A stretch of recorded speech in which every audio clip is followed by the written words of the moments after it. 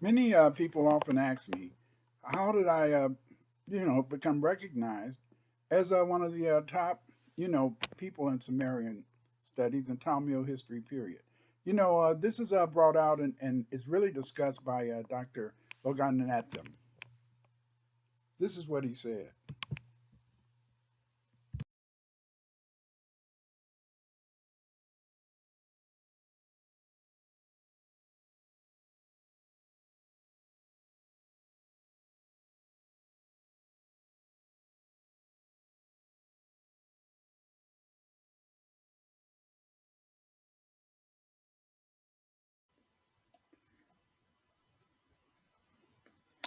Hello, this is a copyright use based on educational purposes.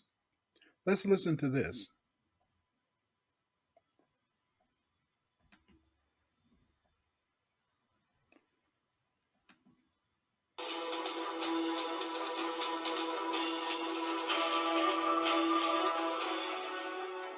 Why do people find it very hard to accept your discovery of the link between Sumerian and Tamil? And this happens even in India. Yeah, this is a puzzle and something that I find it very difficult to understand. But I feel that Tamil scholarship in South India is dead, seriously speaking. It was not like 50 years ago or 60 years ago. I don't have much respect to say, to the quality of Tamil scholarship in South India at the moment. It was not so 50 years ago. And therefore, they are not interested in such studies. And even if there are people here and there interested in such studies, there is no political support. No finance available, no promotion of such studies, and so forth. So, what I feel is that the Tamil culture is a decadent culture. It is not an academic culture yet. It was not an academic culture like 50 years ago. And therefore, I feel very unfortunate that my discoveries came at this time, of decadent Tamil culture. But I'm hopeful, the truth will triumph, as they say. Even with your hard evidences, doctor, to back up your claim? Dr. Clyde Winters is an American black.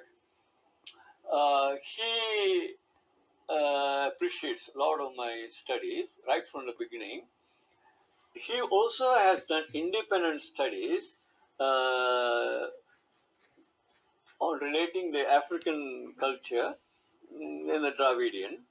He sees a lot of connections between Egyptians, Nubians, and the Dravidians, Sumerians, and so forth. But they were all blacks. Well, there are two kinds of blacks. One is the Negroid, the other one is the Semitic, the state had people.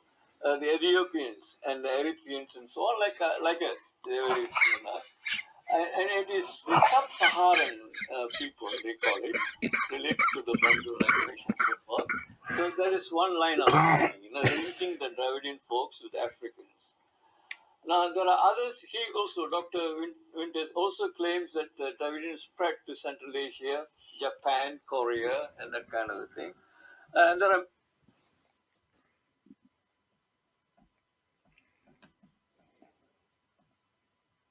You can see Dr. Logan Anthony shows you how important my research has been. And I've written many books and articles and other important, material research. This is a very important. One of the things that I found is that in terms of studying Dravidian kind of linguistics, culture, anthropology, and etc., I found in a sense that it's very important that you remember is that knowledge is power. But I basically began my interest in Dravidian studies when I found out about Kanakasabai. He's one of the greatest to the greatest Tamil scholar to me. Many of the Brahmin and Tamil caste elites they hate Kanasagabai because he studied the Sangam literature that was hidden by Brahmin and caste elites from the average Dravidian to keep them ignorant of their past. And it's very important to understand is that this is what he said. He said, the vast field of ancient Tamil literature is like an unknown land into which no traveler hath yet set foot. Many of the ancient classical works in Tamil have but recently seen the light. Hitherto they were preserved in manuscript or palm leaves and jealously hidden by those pandits into whose hands they had fallen. The archaic language in which they were composed and the alien religions they favored alike prevented their becoming popular with Tamil students.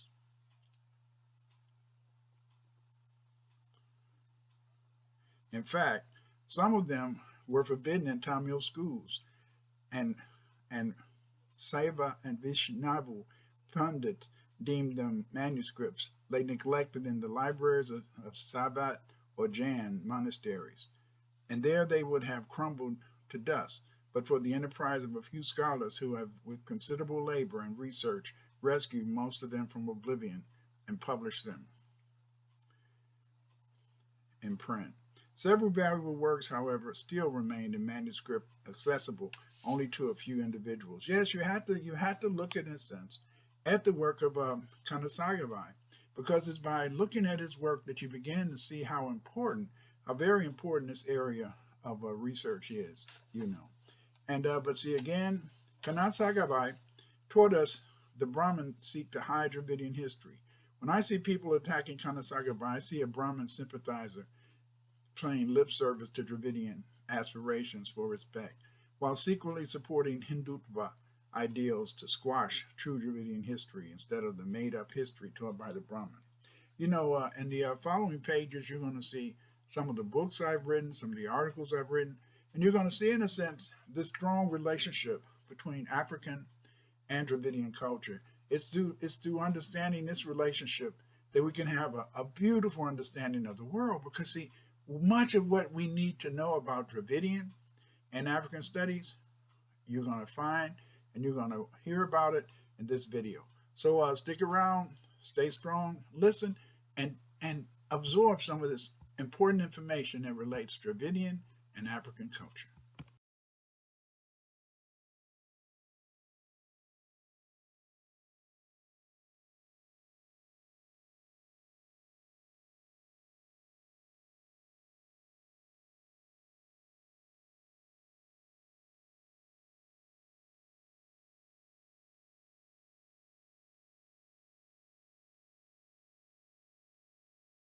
I've written many books on Dravidian culture and civilization. For example, I deciphered the Indus Valley writing, and I found that it was Tamil. I've also written on the ancient Dravidian or Tamil people who lived in Central Asia, and I've written also another book about the connections of the people of South India, Tamils, and other Dravidian people who formerly ruled in Europe. I hope you will buy one of my books, and I hope you enjoyed this video. Thank you.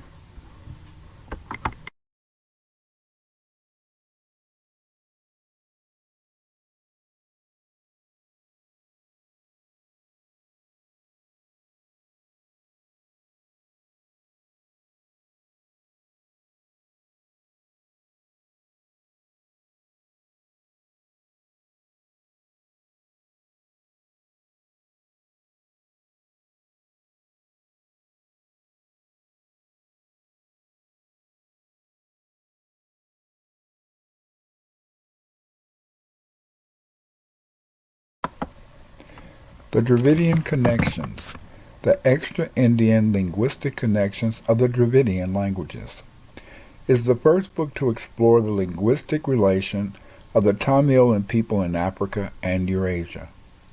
The Tamil speakers originated in Africa. Today, there are still Tamil speakers in Cameroon, a country in Central Africa. Dravidian Connections, the Extra-Indian Linguistic Connections of the Dravidian Languages, tells the story of how the Tamil people originated in Africa and migrated into Eurasia at the 3500 BC. Many Dravidian scholars, including U.P. Upadhyaya and K.P. Aravanan, have discussed the linguistic unity of Black African and Dravidian languages. These affinities are found not only in the modern African languages, but also that of ancient Egypt. These scholars have made it clear that lexical, morphological, and phonetic unity exists between African languages. Abalakrishnan, in African Roots of the Dravidian-speaking tribes, a case study in onomastics, has illustrated the African origin of Dravidian place names in many parts of India. As you can see, Dravidian researchers continue to show the African origin of the Dravidians. By 3500 BC, the Tamil began to migrate out of Africa. Dr. Menzies was the first archaeologist to argue that some Dravidians landed in Iran and migrated into India and the Indus Valley. The movement of this group is supported by the spread of black and red ware from Nubia to the Indus Valley and the South Indian megalithic, and the Dravidian substratic in the Prakrit, Puranas, and other languages in Eurasia. According to V. Kanakasabai, other Tamil speakers entered South India via Kumari Kandam. The syllable Padikaram and Kalit Tokai explain that many Dravidians entered India from Kumari Kandam, a land mass that is supposed to have connected South India and East Africa. Kanasabai used the Silapadikaram, Maninikalai, and the Kalitokai in conformity with contemporary archaeological and historical material to discuss the three migrations of Tamil into South India from Southeast Asia and East Asia. He identified these Tamil speakers as the Yakshas, Koshan, Kosalas, and Tiriyars, or Sea Kings.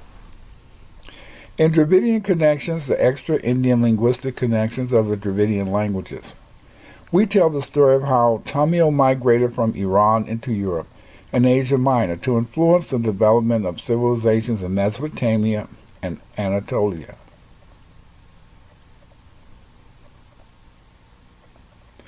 Many of the languages and cultures of Europe were influenced by Tamil speakers.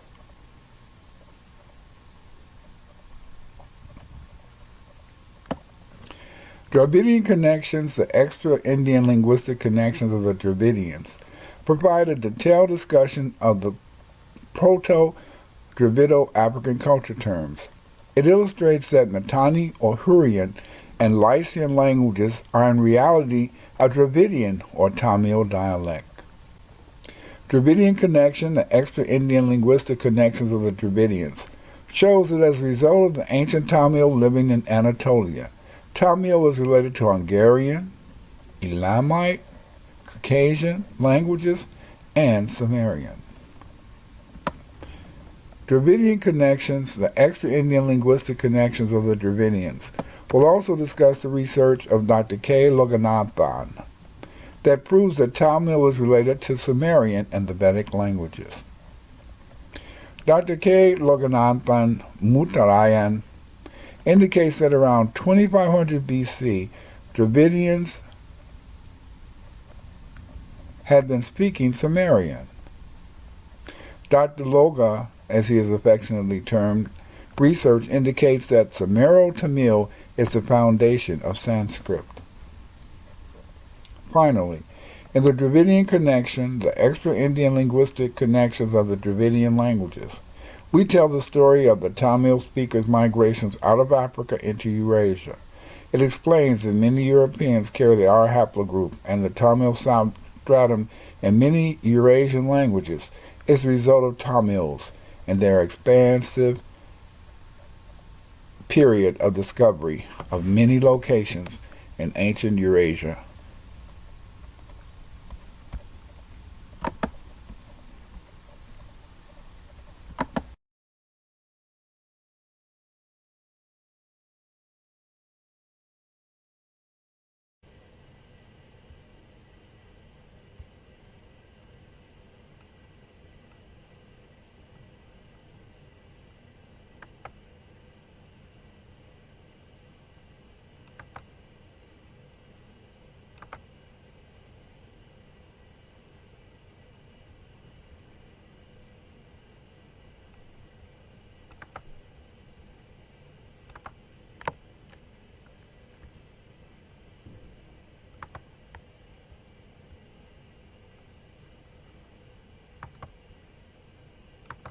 Chola or core rulers of India came from Nubia. Dr. Laini Srinivasan has published many articles and books on the presence of Mesopotamian and Nile Valley people in the Rig Veda, RV, Puranas, and Pali documents. Dr. Srinivasan in her article, Myths, Metaphors, and Dravidians, provides considerable information on Upper and Lower Nubia.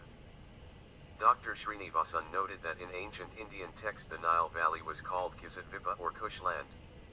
The inhabitants of Kisatvipa were named Kashi in the Indian text.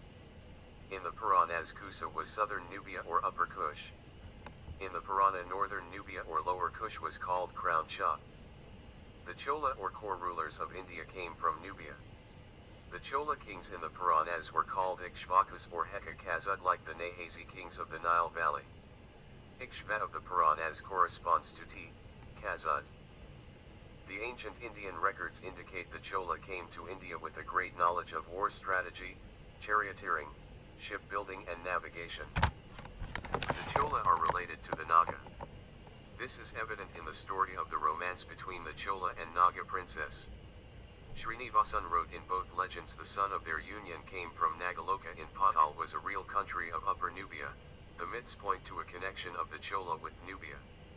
To realize some important points of similarities, the Cholas and the great Napadan kingdom of Nubia. In the Indian texts the royal title of the Cholas was Kor/Kora/Kura. In Meroitic, Kor was the title for king. This indicates that the Chola were related to the Meroites of Kush in the Nile Valley. Among the Tamils Chola is pronounced with A/R/. As a result, in Prakrit inscription Cholas is written as Sarat and Korat. Srinivasan suggested that the Kor-Rites of the Bible, 1 Chronicles 26:1, and Kor of the Meroitic inscriptions may be the same people. The royal insignia of the Cholas was snakes. Twin serpents was a popular symbol of royalty among the Napadan kings. The Napadan Kushite double crown was worn by the rulers of Kerma. It was called the double Wajet crown. This Wajet crown was worn by Taharka. References: Dr. Laini Srinivasan, Myths, Metaphors, and Dravidians. Indian Linguistics, 66:133-158. Clyde Winters, Meroitic Writing and Literature,